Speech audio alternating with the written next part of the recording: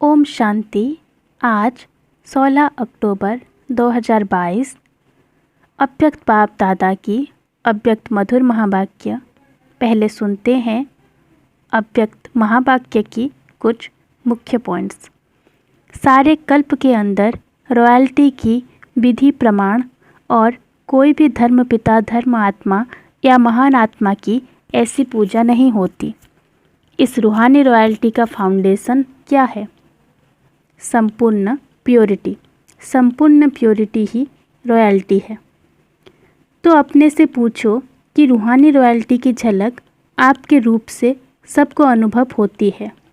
ऐसी रूहानी चमक वाले रूहानी रॉयल्टी वाले छिप नहीं सकते, जिसको साधारण शब्दों में दुनिया वाले बोल और चाल कहते हैं, तो स्वयं को प्रत्यक्ष नहीं करते, गुप्त रखते। यह निर्माणता की विशेषता है।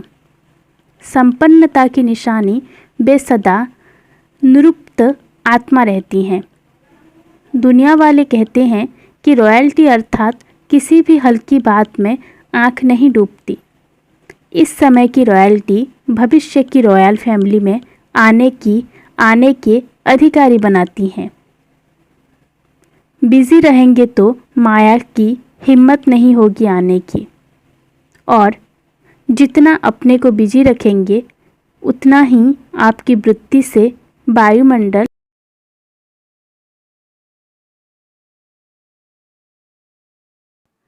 आज बाप दादा कहते हैं रूहानी रॉयल्टी संपन्न आत्माओं की निशानियाँ।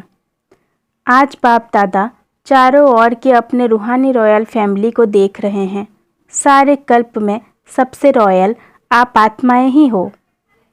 वैसे हद के राज्य अधिकारी रॉयल फैमिली बहुत गाए हुए हैं, लेकिन रूहानी रॉयल फैमिली सिर्फ आप ही गाए हुए हो। आप रॉयल फैमिली की आत्माएं आदिकाल में भी और अनादिकाल में भी और वर्तमान संगम युग में भी रूहानी रॉयल्टी वाली हो। अनादिकाल स्वीट होम में भी आप विशेष आत्माओं की रूहानियत की झलक चमक सर्व आत्माओं से श्रेष्ठ हैं। आत्माएं सभी चमकती हुई ज्योति स्वरूप हैं, फिर भी आपकी रूहानी रॉयल्टी की चमक अलौकिक है। जैसे साकारी दुनिया में आकाश, बीज, सितारे सब चमकते हुए दिखाई देते हैं, लेकिन कोई विशेष चमकने वाले सितारे स्वतः ही अपनी तरफ आकर्षित करते हैं। लाइट होते हुए भी उन्हों की लाइट विशेष चमकती हुई दिखाई देती है। ऐसे अनादिकाल परमधाम में भी आप रूहानी सितारों की चमक अर्थात रूहानी रॉयल्टी की झलक विशेष अनुभव होती है। इसी प्रकार आदिकाल सतयुग अर्थात स्वर्ग में आप आत्माएं विश्व राजन की रॉयल फैमिली के अधिकारी बनते हो। हर एक राजा की रॉयल फैमिली होती है, लेकिन आप आत्माओं की रॉयल फैमिली की रॉयल्टी व देव आत्माओं की रॉयल्टी सारे कल्प में और किसी रॉयल फैमिली की हो नहीं सकती। इतनी श्रेष्ठ रॉयल्टी चैतन्य स्वरूप में प्राप्त की है, जो आपके जड़ चित्रों की भी कितनी रॉयल्टी से पूजा होती है। सारे कल्प के अंदर रॉयल्टी की विधि प्रमाण और कोई भी धर्म पिता धर्म आत्मा या महान आत्मा की ऐसे पूजा नहीं होती। तो सोचो, जब जड़ चित्रों में भी रॉयल्टी की पूजा है, तो चैतन्य में कितने रॉयल फैमिली के बनते हो। तो इतने रॉयल हो व बन रहे हो। अभी संगम पर भी रूहानी रॉयल्टी अर्थात फरिश्ता स्वरूप बनते हो। रूहानी बाप की रूहानी रॉयल फैमिली बनते हो। तो अनादिकाल, आदिकाल और संगम युगी काल तीनों काल में नंबर 1 रॉयल बनते हो। यह नशा रहता है कि हम तीनों काल में भी रूहानी रॉयल्टी वाली आत्माएं हैं। इस रूहानी रॉयल्टी का फाउंडेशन क्या है? संपूर्ण प्योरिटी। संपूर्ण प्योरिटी ही रॉयल्टी है। तो अपने से पूछो कि रूहानी रॉयल्टी की झलक आपके रूप से सबको अनुभव होती है। रूहानी रॉयल्टी की फलक हर चरित्र से अनुभव होती है। लौकिक दुनिया में भी अल्पकाल की रॉयल्टी ना जानते हुए भी चेहरे से, चलन से अनुभव होती है। तो रूहानी रॉयल्टी गुप्त नहीं रह सकती, वो भी दिखाई देती है। तो हर एक नॉलेज के दर्पण में अपने को देखो कि मेरे चेहरे पर, चलन में रॉयल्टी दिखाई देती है व साधारण चेहरा, साधारण चलन दिखाई देती है। जैसे सच्चा हीरा अपनी चमक से कहाँ भी छिप नहीं सकता, ऐसे रूहानी चमक वाले, रूहानी रॉयल्टी वाले छिप नहीं सकते। कई बच्चे अपने को खुश करने के लिए सोचते हैं और कहते भी हैं कि हम गुप्त आत्माएं हैं, इसीलिए हमको कोई पहचानता नहीं है। समय आने पर आपे ही मालूम पड़ जाएगा। गुप्त पुरुषार्थ बहुत अच्छी बात है, लेकिन गुप्त पुरुषार्थी की झलक और फलक व रूहानी रॉयल्टी की चमक औरों को अनुभव जरूर कराएगी। स्वयं को चाहे कितना भी गुप्त रखें, लेकिन उनके बोल, उनका संबंध, संपर्क, रूहानी व्यवहार का प्रभाव उनको प्रत्यक्ष करता है, जिसको साधारण शब्दों में दुनिया वाले बोल और चाल कहते हैं। तो स्वयं को प्रत्यक्ष नहीं करते, गुप्त रखते। यह निर्माणता की विशेषता है, लेकिन दूसरे उनके बोल चाल से अनुभव अवश्य करेंगे। दूसरे कहें कि यह गुप्त पुरुषार्थी है। अगर स्वयं को कहते हैं कि मैं गुप्त पुरुषार्थी हूँ, तो यह गुप्त रखा या प्रत्यक्ष किया। कह रहे हो गुप्त, लेकिन बोल रहे हो कि मैं गुप्त पुरुषार्थी हूँ, यह गुप्त हुआ। बहुत पत्र में भी लिखते हैं कि हम गुप्त पुरुषार्थियों को निमित्त बनी हुई दादियाँ नहीं जानती हैं। फिर यह भी लिखते हैं कि देख लेना आगे हम क्या करते, क्या होता है, तो यह गुप्त रहे या प्रत्यक्ष किया। गुप्त पुरुषार्थी अपने को गुप्त रखें, यह बहुत अच्छा, लेकिन वर्णन नहीं करो। दूसरा आपको बोले, जो अपने आप को ही कहें, उनको क्या कहा जाता है? मियाँ मिट्ठू। तो मियाँ मिट्ठू बनना बहुत सहज है ना। तो क्या सुना? रूहानी रॉयल्टी, रॉयल आत्माएं सदा ही एक तो भरपूर संपन्न रहती हैं, और संपन्नता की निशानी वे सदा निरुक्त आत्मा रहती हैं। निरुक्त आत्मा हर परिस्थिति में, हर आत्माओं के संबंध संपर्क में आते हुए, जानते हुए संतुष्ट रहती है, चाहे कोई कितना भी असंतुष्ट करने की परिस्थितियां उनके आगे लाए। लेकिन संपन्न निरुक्त आत्मा असंतुष्ट करने वाले को भी संतुष्टता का गुण सहयोग के रूप में देगी। ऐसी आत्मा के प्रति रहमदिल बन शुभ भावना और शुभकामना द्वारा उनको भी परिवर्तन करने का प्रयत्न करेंगे। रूहानी रॉयल आत्माओं का यही श्रेष्ठ कर्म है। जैसे स्थूल रॉयल आत्माएं कभी भी छोटी छोटी बातों में, छोटी छोटी चीज़ों में अपनी बुद्धि व समय नहीं देती, देखते भी नहीं देखती, सुनते भी नहीं सुनती, ऐसे रूहानी रॉयल आत्मा किसी भी आत्मा की छोटी छोटी बातों में जो रॉयल नहीं है, उनमें अपनी बुद्धि व समय नहीं देंगी। दुनिया वाले कहते हैं कि रॉयल्टी अर्थात किसी भी हल्की बात में आंख नहीं डूबती। रूहानी रॉयल आत्माओं के मुख से कभी व्यर्थ व साधारण बोल नहीं निकलेंगे। हर बोल युक्ति युक्त होगा। युक्ति युक्त का अर्थ है व्यर्थ भाव से परे अव्यक्त भाव, अव्यक्त भावना, इसको कहा जाता है रॉयल्टी।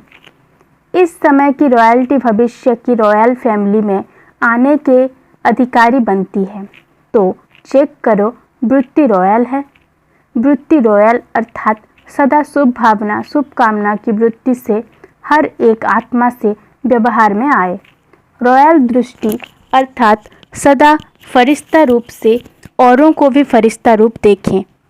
कृति अर्थात कर्म में सदा सुख देना, सुख लेना। इस श्रेष्ठ कर्म में प्रमाण संपर्क में आए। ऐसे रॉयल बने हो कि बनना है? ब्रह्मा बाप के बोल और चाल, चेहरे और चलन की रॉयल्टी को देखो। ऐसे फॉलो ब्रह्मा बाप। साकार को फॉलो करना तो सहज है ना। ब्रह्मा को फॉलो किया तो शिव बाप को फॉलो हो ही जाएगा। एक को तो फॉलो कर सकते हो ना। बाप समान बनने के पॉइंट्स तो रोज सुनते हो। सुनना अर्थात फॉलो करना। कॉपी करना तो सहज होता है ना, कि कॉपी करना भी नहीं आता। बाप दादा आज मुस्कुरा रहे थे कि मधुबन में आते हैं तो विशेष गुरुवार के दिन क्या करते हैं। एक तो भूख लगते हैं, और क्या करते हैं जो सिर्फ मधुबन में ही करते हैं, जीते जी मरने का भोग। आप सब ने जीते जी मरने का भोग लगा लिया है। बाप दादा मुस्कुरा रहे थे कि जीते जी मरना कहकर मनाना तो सहज है। स्टेज पर बैठ गए, तिलक लगा लिया, मर गए। लेकिन जीते जी मरना अर्थात पुराने संस्कारों से मरना, पुराने संस्कार, पुराने संसार के आकर्षण से मरना, यह है जीते जी मरना। भोग लगा दिया, भंडारी में जमा कर दिया और जीते जी मरना हो गया। यह तो बहुत सहज है, लेकिन मर गए। बाप दादा सोच रहे थे कि पुराने संसार और पुराने संस्कार, इससे सदा के लिए संकल्प और स्वप्न में भी मरना मनाना। ऐसे जीते जी मरना कौन और कब मनाएंगे। अगर स्टेज पर बिठाते हैं तो सब के सब बैठ जाते हैं। स्टेज पर बैठना यह तो कॉमन आम बात है, लेकिन बुद्धि को बिठाना, इसको कहा जाता है यथार्थ जीते जी मरना मनाना। जब मर गए, मरना अर्थात परिवर्तन होना, तो ऐसा जीते जी मरना, उसके लिए कितने तैयार होंगे कि सेंटर पर जा कर के कहेंगे कि क्या करें, चाहते नहीं थे लेकिन हो गया। यहाँ तो जीते जी मरना मनाकर जाते हैं, फिर जब कोई बात सामने आती है तो जिंदा हो जाते हैं। ऐसे नहीं करना। यादगार में भी दिखाते हैं कि रावण का एक सिर खत्म करते थे तो दूसरा आ जाता था। यहाँ भी एक बात पूरी होती तो दूसरी पैदा हो जाती। फिर समझते हमने तो रावण को मार दिया, फिर यहाँ कहाँ से आ गया। लेकिन मूल फाउंडेशन को समाप्त ना करने के कारण एक रूप बदल दूसरे रूप में आ जाते हैं।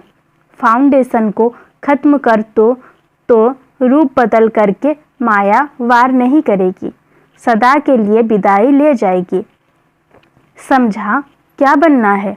रूहानी रॉयल्टी वाले। सदैव यह चेक करो कि हर कर्म रूहानी रॉयल परिवार के प्रमाण है।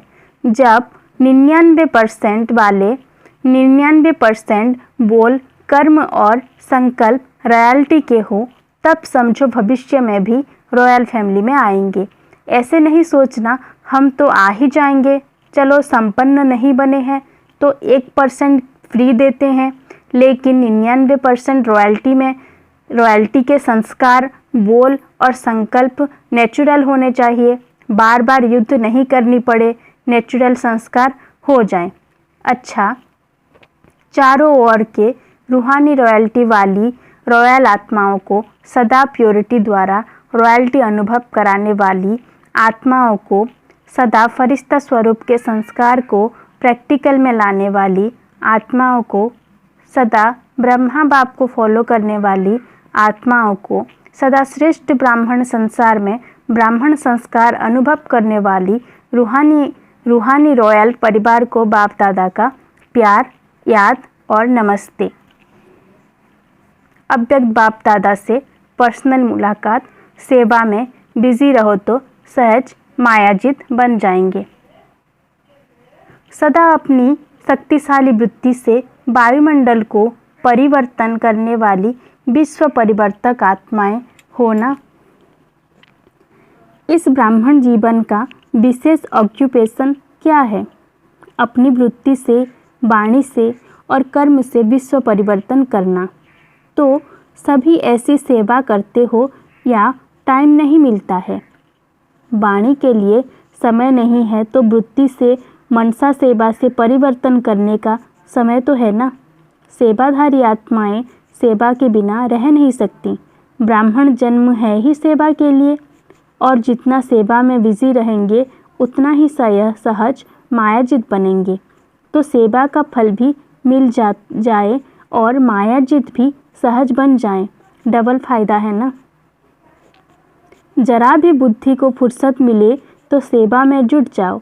वैसे भी पंजाब हरियाणा में सेवा भाव ज़्यादा है। गुरुद्वारों में जाकर सेवा करते हैं ना, वह है स्थूल सेवा और यह है रूहानी सेवा। सेवा के सिवाय समय गंवाना नहीं है। निरंतर योगी, निरंतर सेवाधारी बनो। चाहे संकल्प से कहो, चाहे संकल्प से करो, चाहे वाणी से, चाहे कर्म से, अपने संपर्क से भी सेवा कर सकते हो। चलो मनसा सेवा करना नहीं आवे, लेकिन अपने संपर्क से, अपने चलन से भी सेवा कर सकते हो। यह तो सहज है ना। तो चेक करो कि सदा सेवाधारी हैं व कभी कभी के सेवाधारी हैं। अगर कभी कभी के सेवाधारी होंगे तो राज्य भाग्य भी कभी कभी मिलेगा। इस समय की सेवा भविष्य प्राप्ति का आधार है। कभी भी कोई यह बहाना नहीं दे सकते कि चाहते थे लेकिन समय नहीं है। कोई कहते हैं शरीर नहीं चलता है, टांगे नहीं चलती है, क्या करें। कोई कहते हैं कमर नहीं चलती, कोई कहते हैं टांगे नहीं चलती, लेकिन बुद्धि तो चलती है ना। तो बुद्धि द्वारा सेवा करो। आराम से पलंग पर बैठकर सेवा करो। अगर कमर टेढ़ी है तो लेट जाओ, लेकिन सेवा में बिजी रहो। बिजी रहना ही सहज पुरुषार्थ है। मेहनत नहीं करनी पड़ेगी। बार बार माया आवे और भगाओ तो मेहनत होती है, युद्ध होती है।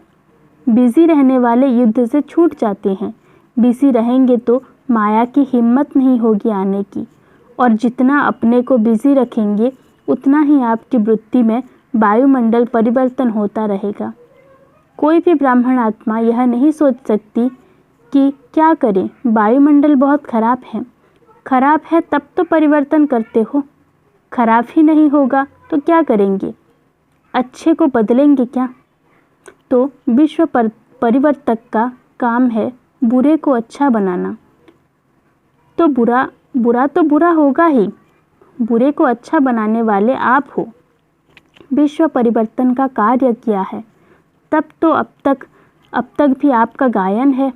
शक्तियों के गायन में आपकी कितनी महिमा करते हैं। तो अपनी महिमा सुनते हुए खुशी होती है ना।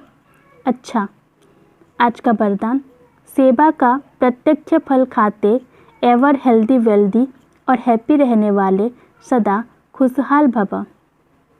जैसे विस्तार है, जैसे साकार दुनिया में कहते हैं कि ताज़ा फल खाओ तो तंदुरुस्त रहेंगे। हेल्दी रहने का साधन फल बताते हैं। और आप बच्चे तो हर सेकंड प्रत्यक्ष फल खाने वाले हो। इसीलिए यदि आपसे कोई पूछे कि आपका हाल चाल क्या है तो बोलो, हाल है खुशहाल और चाल है फरिश्तों की। हम हेल्दी भी हैं, वेल्दी भी हैं, तो हैप्पी भी हैं। ब्राह्मण कभी उदास हो नहीं सकते। आज की स्लोगन है, पवित्र आत्मा ही स्वच्छता और सत्यता का दर्पण है।